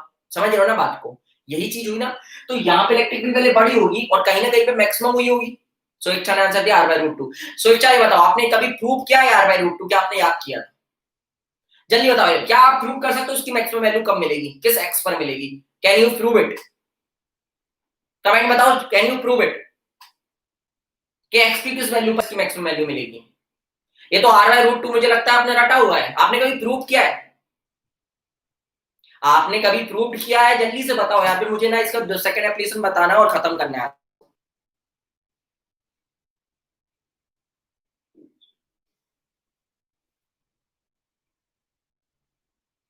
सर करवाए थे, ओके, अच्छी बात। फिर तो डिफरेंशिएशन तब जाता है ना, क्योंकि यहाँ पे प्रोडक्ट रूल और डिवीजन रूल लगता पड़ेगा, x ऊपर भी है x नीचे भी और r कांस्टेंट है, तो इसका डिफरेंशिएशन करना टफ है। देखो बेटा, मैंने करवाया था, अगर आपको इसका ये जानना है कि कब होगा, तो मैंने एक लेक्चर डाला हुआ बेसिक मैथमेटिक्स का, बहुत पहले 2 साल पहले डाला हुआ, तो वहां पे मैंने इलेक्ट्रिक फील्ड को r/√2 पे कैसे मैक्सिमम होती है प्रूव कराया हुआ। देखो यहाँ पे एक्चुअली क्या है ना, x से ऊपर के लिए होता, मान लो नीचे नहीं होता, तो x इनफिनिट होता, ये इनफिनिट होता, मतलब मैक्सिमम होता, ऊपर भी है नीचे भी है। दैट मींस x को जब बढ़ाओगे तो ये इलेक्ट्रिक फील्ड इस वजह से बढ़ना चाहिए, इस समय से कम होना चाहिए। तो इफेक्ट यहाँ पे x का बहुत खतरनाक है, इतना आसान इफेक्ट नहीं है, ठीक है x का। चलो आगे बढ़े।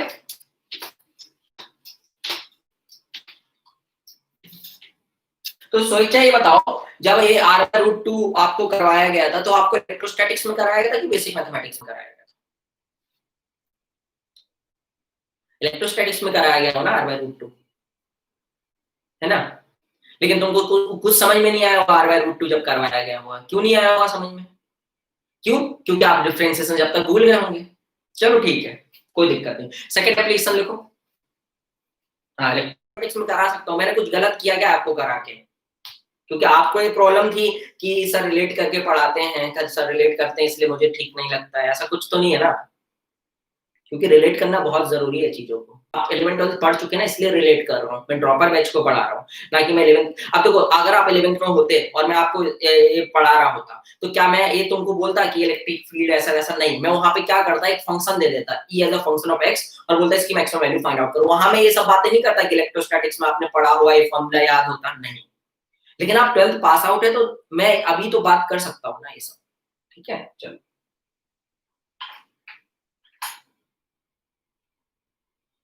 लिखो सेकंड एप्लीकेशन। ये लास्ट एप्लीकेशन है, खत्म चैप्टर। फिर अपन स्टार्ट करेंगे integration. To determine whether the given function is increasing और decreasing. To determine whether the given function is increasing और डिक्रीजिंग। अगर मुझे ये पता लगाना है कि कोई फंक्शन इंक्रीजिंग है कि डिक्रीजिंग है इन द गिवन इंटरवल, ये भी लिख लेना, in the given interval, to determine whether the given function is increasing और decreasing in the given interval, ये भी एक इसका एप्लीकेशन है।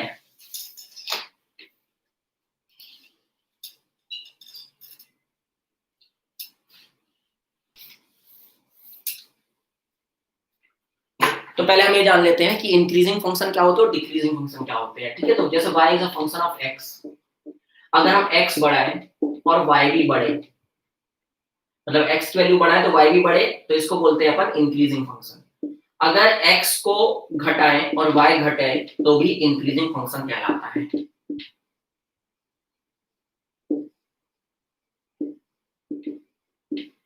अगर हम x को बढ़ाएं और y घटे या x को घटाएं और y बढ़े तो ये फंक्शन कहलाता है डिक्रीजिंग फंक्शन।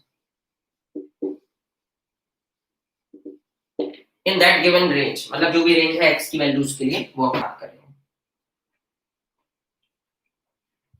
तो ये होता है इंक्रीजिंग फंक्शन और डिक्रीजिंग। फिजिक्स में कैसे यूज होगा एक सवाल करा दूंगा इसके बाद, ठीक है? अब सुनो, अब तुम मुझे बताओ y equal to x, always increasing always decreasing, कभी इंक्रीजिंग कभी डिक्रीजिंग, कैसा है function? Always increasing always decreasing, decreasing in the range x equal to greater than, increasing in the range x equal less than 0, ऐसा कुछ option दे देगा। एक हमेशा increasing है कि डिक्रीजिंग है फंक्शन? ऑफ कमेंट बताओ जल्दी से, हमेशा इंक्रीजिंग हमेशा डिक्रीजिंग है कि किसी रेंज में इंक्रीजिंग है और किसी रेंज में डिक्रीजिंग है? जैसे साइन थीटा और कॉस थीटा हमने देखे थे ना, किसी रेंज में इंक्रीजिंग होते हैं, किसी रेंज में डिक्रीजिंग होते हैं, तो ऐसा ही है क्या ये हमेशा इंक्रीजिंग है कि किसी always increasing? Very good, always increasing, क्योंकि यहाँ पे आप x को बढ़ाओगे तो हमेशा y बढ़ेगा और x को घटाओगे तो हमेशा y घटेगा। आप करके देख लो।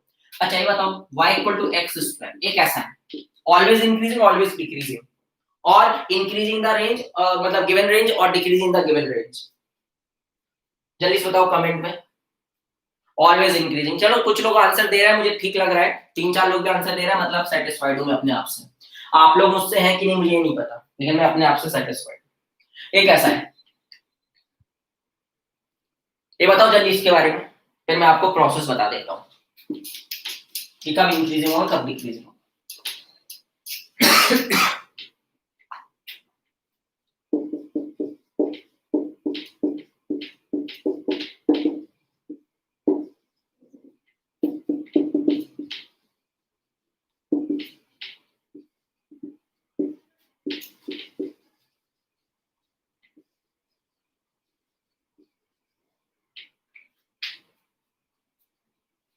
ये बताओ ये y equal to x square,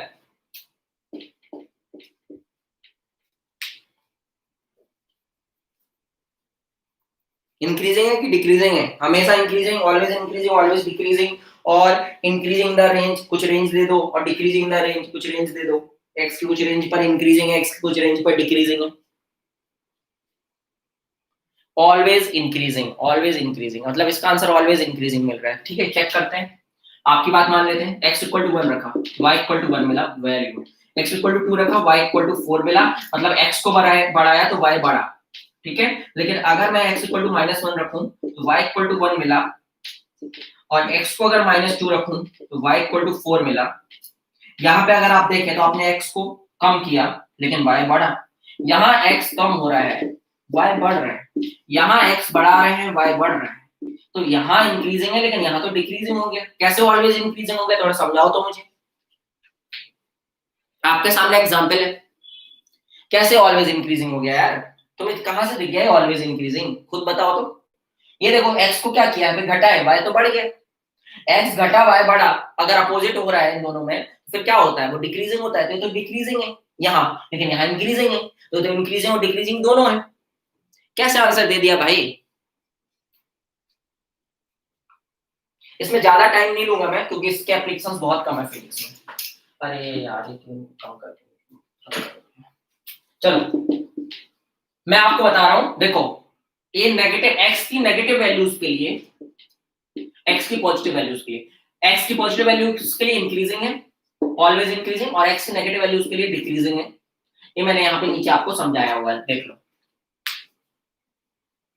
ये देख लो, ये समझाया हुआ है। एग्जाम्पल भी लिख लो, जल्दी जल्दी करो। x की, अब बोलोगे सर आपको कैसे पता चल रहा है?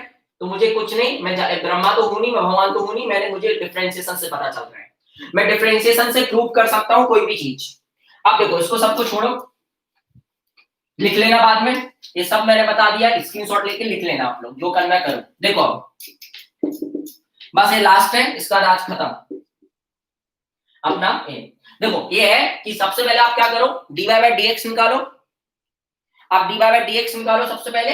dy बाय dx अगर पॉजिटिव है तो हम बोलेंगे उसमें, जब dy बाय dx जब तक पॉजिटिव रहेगा हम बोलेंगे वो इंक्रीजिंग फंक्शन है, और जब dy बाय dx नेगेटिव हो जाएगा तो हम उस रेंज में बोलेंगे वो डिक्रीजिंग फंक्शन है। जैसे अब मुझे प्रूव करना है y equal to x square, तो हम क्या करेंगे, देखो अच्छे सुनना, हमने dy बाय dx निकाला, जैसे कि वहां लिखा है 2x। अब देखो तुम अगर ध्यान दो तो ये पॉजिटिव भी आ सकता है, नेगेटिव भी आ सकता है, पॉजिटिव नेगेटिव दोनों आ सकता है, that will depends on x। अगर हम x को नेगेटिव ले लें तो ये नेगेटिव आएगा, और अगर हम x को पॉजिटिव ले लें तो ये पॉजिटिव आएगा। इसलिए हम बोलेंगे x की पॉजिटिव वैल्यूज पर इंक्रीजिंग होगा, जो कि यहाँ पे लिखा हुआ है, और x की नेगेटिव वैल्यूज पर डिक्रीजिंग होगा। तो लिख लो x पॉजिटिव वैल्यूज पर इंक्रीजिंग होगा, डिक्रीजिंग होगा। एप्लीकेशन भी बता दिया मैंने कैसे होगा, मैंने एप्लीकेशन भी आपको बता दिया कैसे होगा।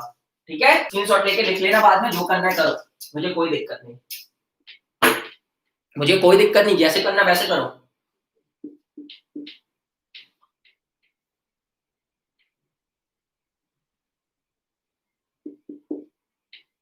अच्छा मैंने इसके पहले y इक्वल टू एक्स लिया था, इसमें dy बाय dx करोगे ना तो ये हमेशा क्या आएगा, प्लस। मतलब ये ऑलवेज पॉजिटिव आएगा, ये एक्स पर डिपेंड नहीं करेगा, इसलिए ये एक्स की हर एक वैल्यूज पर इंक्रीजिंग फंक्शन होगा, इसलिए हमेशा इंक्रीजिंग होगा, इसलिए ऑलवेज इंक्रीजिंग था, इसलिए ऑलवेज इंक्रीजिंग था।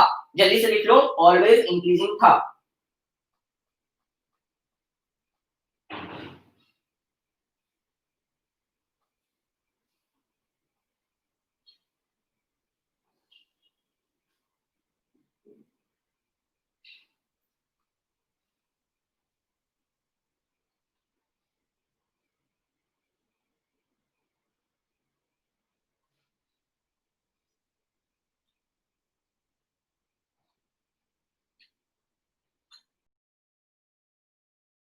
और ग्राफ से ज्यादा मजा आएगा।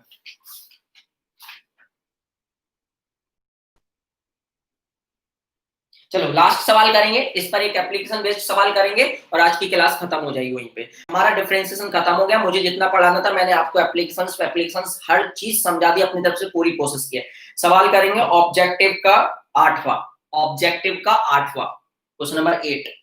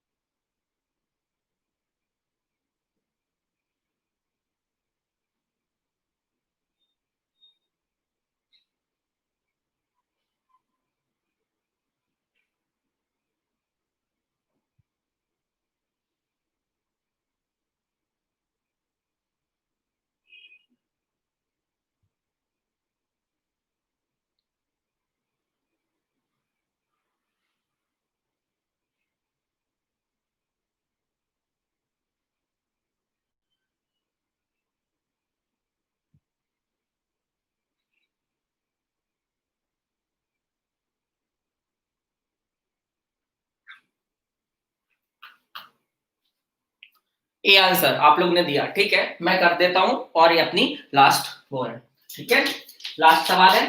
मैंने यार बहुत कोशिश की है, देखो मैं और भी अच्छे से पढ़ाता और भी एनर्जेटिक होके पढ़ाता, लेकिन आप लोग के बहुत डल रिस्पॉन्स थे, मुझे मजा नहीं आया, मैं सच बता रहा हूँ। बस मेरी ड्यूटी है, मैंने अपनी ड्यूटी निभा दी, लेकिन फील नहीं हुआ, मतलब मुझे पढ़ाते समय मजा नहीं आया जो मुझे हमेशा आता था।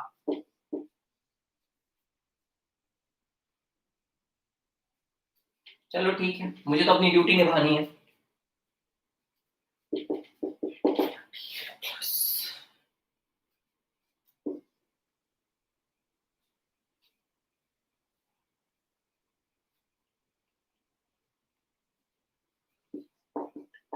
अब इसमें ये सवाल है, इसमें पूछा जा रहा है कि वेलोसिटी के साथ क्या होगा, ऐसे कुछ बोला जा रहा है ना, वेलोसिटी इंक्रीजिंग होगी डिक्रीजिंग होगी क्या होगा, है ना, ये सब सवाल हमसे पूछे जा रहे हैं। तो सबसे पहले हम वेलोसिटी फाइंड आउट करेंगे, वेलोसिटी फाइंड आउट करेंगे तो उसको डिफरेंशिएट करना पड़ेगा, अच्छे से ध्यान देंगे, minus a alpha e to the power minus alpha t, यही आएगा, डिफरेंशिएट करते आता है ना, अब तो प्लस बी बीटा ई की पावर बीटा टी, यही आएगा कि नहीं आएगा, बिल्कुल आएगा। अब मुझे बताओ क्या अल्फा इक्वल टू 0 बीटा पर बी इक्वल टू 0 हो रहा है, तो ये तो ऑप्शन है नहीं।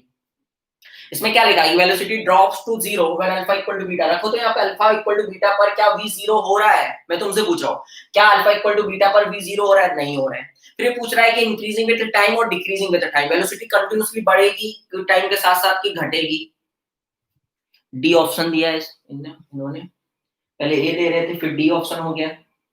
ए क्या था ऑप्शन, ये आंसर बताओगे क्या मुझे, मेरा सवाल नहीं मेरे पास, एक कोई मुझे बताएगा ए ऑप्शन क्या था, ए ऑप्शन क्या है मुझे बता दो जल्दी से, कोई कमेंट करके बताओ तो ये ऑप्शन क्या है, क्यों तुम लोग ने ए दिया है, क्योंकि देखते हैं डी, ठीक है, ए ऑप्शन है क्या, जल्दी बताओ ना, ए ऑप्शन क्या है, डिक्रीजिंग, ओके, आप लोग बोल रहे हैं कि वेलोसिटी डिक्रीज करेगी, देखते हैं टाइम के साथ साथ, ठीक है।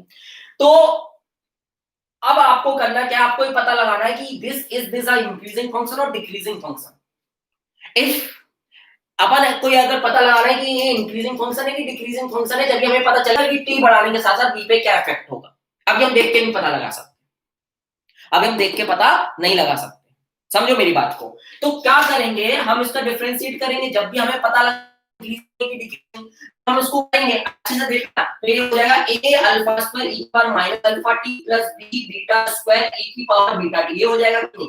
और अगर आप ध्यान से देखें तो this is always positive, if this is always positive then this is an increasing function, this is an increasing function then the velocity will increase with time, तो टाइम का हमेशा बढ़ेगा, ये हमेशा पॉजिटिव आएगा। आप बोलोगे सर क्यों आएगा पॉजिटिव, अरे कदों ये पॉजिटिव उन्होंने दिया, अल्फा स्क्वायर है तो स्क्वायर पॉजिटिव ही होगा, ये जो e की पावर माइनस अल्फा t या कुछ हो, ये कभी नेगेटिव हो नहीं सकता, तो ये पॉजिटिव पॉजिटिव मल्टीप्लाई होगे तो ये पॉजिटिव आएगा, है ना। t कुछ भी रखो हमेशा पॉजिटिव रहता है, ये पॉजिटिव ये पॉजिटिव ये पॉजिटिव, पॉजिटिव में पॉजिटिव जोड़ोगे तो पॉजिटिव, तो dv by dt is always positive, that means v is increasing function, always increasing, v is always increasing, that means the correct answer is b not a, the correct answer is b not a। अब मुझे बताओ बेटा, क्या तुमको ये feel हुआ कि differentiation बहुत काम की चीज है। हम इसलिए नहीं पढ़ रहे हैं कि हमें 2 सवाल बनाने हैं फिजिक्स के, हम इसलिए नहीं पढ़ रहे कि हमें 1 सवाल बनाना है फिजिक्स का, हम इसलिए पढ़ रहे हैं क्योंकि हम एक पढ़े लिखे इंसान है, और अगर हम पढ़े लिखे इंसान हैं तो हमको ये बेसिक चीज आनी चाहिए, भले वो फिजिक्स से रिलेटेड हो या ना हो, पढ़ाई से रिलेटेड हो या नहीं। हाँ वेरी इंपॉर्टेंट, ठीक है, वेरी गुड। मैंने अपनी तरफ से पूरी कोशिश की है बेटा। मैं एक चीज आपसे पूछूंगा, मतलब मुझे क्या, मैं फीडबैक लेता हूं हमेशा, तो मुझे कमेंट में बताओ कभी ऐसा तुमने डिफरेंशिएशन पढ़ा है कि सिर्फ रूल पढ़ के खत्म कर दिया और 2-4 सवाल बना के, मुझे कमेंट बताओ, क्या कभी आपने ऐसा डिफरेंशिएशन पढ़ा है कि जो आपको इतने सारे एप्लीकेशन से रिलेट किया हो? नहीं किया हो तो बताओ। आरसी ने बोला नहीं, और कोई बता सकता है? नहीं, जिसने पढ़ा हो मुझे बताओ, क्योंकि देखो मैं और अपने आप में क्योंकि देख 2016 में जब पढ़ाना स्टार्ट किया था तो मैं 1 सवाल कराता था एप्लीकेशंस पे, आज 3 कराया तुमको मैक्सिमम मिनिमम पे, कल के दिन 5 कराऊंगा, परसों के दिन बाद 5 पढ़ाऊंगा, बस रूल पढ़े हैं, रूल बस। तो बेटा रूल अगर आपने पढ़े तो रूल से क्या होता है, रूल तो बुक में लिखे हुए, तो what the use of teacher, मुझे आप ये बताओ, rules are written in the books, then what is the use of teacher, हम मेरा यूज क्या है आपको, अगर मुझे वही पढ़ा देना है कि x पावर n का n into x power n minus 1 होता है, तो what is the use of teacher, teacher का क्या यूज है, आप किस चीज का पैसा दे रहे हो टीचर को, आप क्यों, आप देखो टीचर एक्चुअली में आपको सर्विस ही दे रहा है क्योंकि आप उसको पैसे दे रहे हो, तो आपको जब सर्विस अच्छी नहीं मिलती तो आप क्या करते हो, उसके पास नहीं जाते, ठीक है। तो ठीक है, क्लास को यहाँ खत्म करते हैं। मुझे लगता है कि मैंने अपनी तरफ से पूरी मेहनत की इसको समझाने में, अगर आपको कोई दिक्कत है, देखो मैंने डिफरेंशिएशन के रूल्स में ज्यादा दिमाग नहीं लगने को बोला है, हाँ रूल्स याद करने बोल दिए, हाँ लेकिन रूल्स से काम नहीं चले, तो रूल्स आर डेफिनेट, वो तो बुक में है, rules are definite, they are in the book, तो मेरा कोई जरूरत ही नहीं हुआ ना फिर वहां रहने का, मुझे तो ये सिखाना था कि what is the use of differentiation. और मैंने देखो ऐसा नहीं किया कि सिर्फ डिफरेंशिएशन पे तुमको मैथमेटिक्स के सवाल कराया, नहीं, मैंने हमेशा फिजिक्स घुसाया है, हमेशा फिजिक्स घुसाया, देखो इंक्रीजिंग डिक्रीजिंग फंक्शन की। अब तुम बोलोगे सर इंक्रीजिंग डिक्रीजिंग फंक्शन का एक सवाल बनने के लिए हमने इतना सब किया, नहीं भाई साहब, हमने मैक्सिमम मिनिमा के लिए भी सवाल किए, हमने स्लोप के लिए भी सवाल दिए, हमने instantaneous rate of change of one physical quantity with respect to other quantity में भी हमने बहुत सारे सवाल किए, ठीक है। चलो, तो ये सब बातें थी, अच्छी बात है, अगर तुमको समझ में आया, मजा आना चाहिए, क्योंकि देखो यार मजा आने, पढ़ाई में जब मजा आएगा ना तो इंटरेस्ट आएगा, इंटरेस्ट आएगा तो बहुत मजा, मतलब पढ़ने का मन करेगा इन शॉर्ट, ठीक है। चलो बाय बाय, अपना ख्याल रखो, कल हम स्टार्ट करने वाले हैं इंटीग्रेशन। क्या स्टार्ट करना है, इंटीग्रेशन। इंटीग्रेशन कितने एप्लीकेशंस नहीं है जितने डिफरेंशिएशन के, और इंटीग्रेशन बहुत ही सिंपल है, 2-4 फॉर्मूले पढ़ेंगे।